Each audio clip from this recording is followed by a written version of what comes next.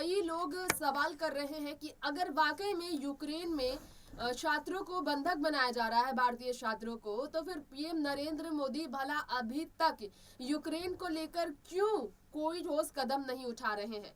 रसिया तो पूरी तरह से यूक्रेन के खिलाफ है। यूक्रेन के राष्ट्रपति जेलेंस्की पर लगातार निशाने रूसी सेना के हैं, जिस कारण तेजी से यूक्रेन की राजधानी कीव की ओर यूक्रेनी सेना को ध्वस्त करते हुए रूसी सेना पहुंच रही है। लेकिन इन सब के बीच बताया जा रहा है कि रूसी सेना ही है जो कि भारतीय छात्रों को ज्यादा से ज्यादा यूक्रेन की बॉर्डर से बाहर निकालने के प्रयास में कामयाब हो रही है। उसी के जरिए इन सब के बीच बताया जा रहा है कि यूक्रेन को भारत देश का समर्थन न मिलने पर इतना ज्यादा आहत देखा जा रहा है कि उन्होंने भारतीय छात्रों की मदद करने के बजाय उन्हें टॉर्चर करना शुरू कर दिया है। क्या कहती हैं इस तरह की खबरें, कैसे रूस ने इस तरह के राज से पर्दा उठाया है, जानिए इसके लिए खास रिपोर्ट।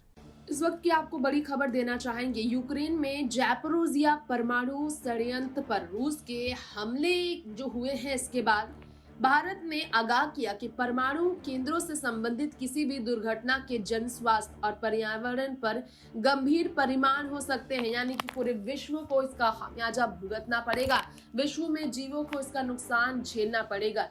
और यही बात यूक्रेन के राष्ट्रपति जेलेंस्की ने कहा था। उन्होंने कहा था कि पूरे यूरोप को ध्वस्त कर देगा परमाणु संयंत्र। और इसी के बाद आपको बताना चाहेंगे, संयुक्त राष्ट्र सुरक्षा परिषद को यूक्रेन में पैदा हो रहे मानवीय संकट को समझना चाहिए, ये भी कहा गया है भारत की तरफ से। यूक्रेन संकट पर संयुक्त राष्ट्र में वोटिंग से भारत एक बार फिर दूर हो गया है। यूक्रेन में रूस द्वारा मानवाधिकार उल्लंघनों की जांच के लिए संयुक्त राष्ट्र मानवाधिकार परिषद यानी कि UNHRC में प्रस्ताव लाया था। वोटिंग पर भारत ने हिस्सा नहीं लिया क्योंकि रूस के साथ अपनी दोस्ती को किसी भी तरह से भारत रिस्क पर नहीं डालने वाला। चौथी बार वोटिंग से दूर होने के बाद भारत ने साबित कर दिया है कि 15वीं देशों की सुरक्षा परिषद में यूक्रेन पर 2 प्रस्ताव और 193वीं सदस्यीय महासभा में एक प्रस्ताव पर मतदान में भारत हिस्सा नहीं लेगा। 193वें सदस्यीय महासभा में इस सप्ताह यूक्रेन के खिलाफ रूस की आक्रामकता की निंदा की गई।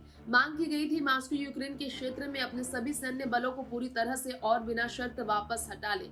ऐसे में भारत इससे दूर है। रूस ने दावा किया है कि यूक्रेनी नागरिकों ने 3700 से अधिक भारतीयों को जबरन बंधक बना रखा है। जी हाँ, रूस का ये दावा है, जिससे भारत बहुत ही ज्यादा तकलीफ में है। भारत परमाणु संयंत्र की सुरक्षा सुनिश्चित करने को सर्वोच्च महत्व देता है क्योंकि परमाणु केंद्रों से जुड़ी किसी भी दुर्घटना के जन स्वास्थ्य और पर्यावरण पर गंभीर असर पड़ सकते हैं। संयुक्त राष्ट्र की 15 सदस्यीय सुरक्षा परिषद ने आपात बैठक में भारत के स्थायी प्रतिनिधि TS त्रिमूर्ति ने परमाणु संयंत्र की सुरक्षा पत्र को लेकर ये बात कही है। पर्यावरण पर गंभीर असर इसके पड़ेंगे, इसलिए त्रिमूर्ति ने कहा है भारत यूक्रेन में परमाणु ऊर्जा संयंत्रों और केंद्रों की सुरक्षा से संबंधित घटनाक्रम पर सावधानी पूर्वक नजर रख रहा है। साथ ही कहा कि भारत अंतर्राष्ट्रीय परमाणु ऊर्जा एजेंसी IAEA की उसकी सुरक्षा तथा निगरानी गतिविधियों को सर्वोच्च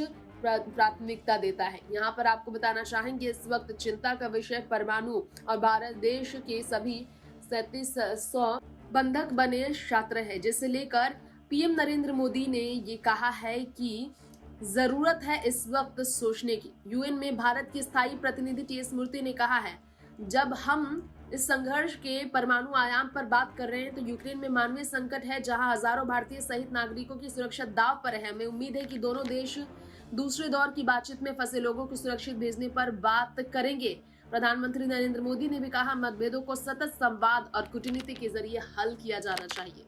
तो आप सबने इस रिपोर्ट में जाना है कि रूसी सेना को लेकर फिलहाल यूक्रेन का गुस्सा जो है भारतीयों पर निकल रहा है, क्योंकि भारत देश के प्रधानमंत्री नरेंद्र मोदी रूस के खिलाफ अभी तक वोट करते नजर नहीं आए। 4 बार रूस के खिलाफ वोटिंग से भारत देश पीछे हटा है और यही कारण है कि ये गुस्सा रूसी सेना से ज्यादा यूक्रेन की सेना का निकल रहा है भारतीय छात्रों पर, जो कि यूक्रेन में फंसे हुए हैं। हालांकि 3700 छात्रों के बंधक बनने की खबर में कितनी सच्चाई है, इस पर जांच जारी है। फिलहाल लेंगे इजाजत, देखते रहे नेक्स्ट 9 न्यूज। नमस्कार।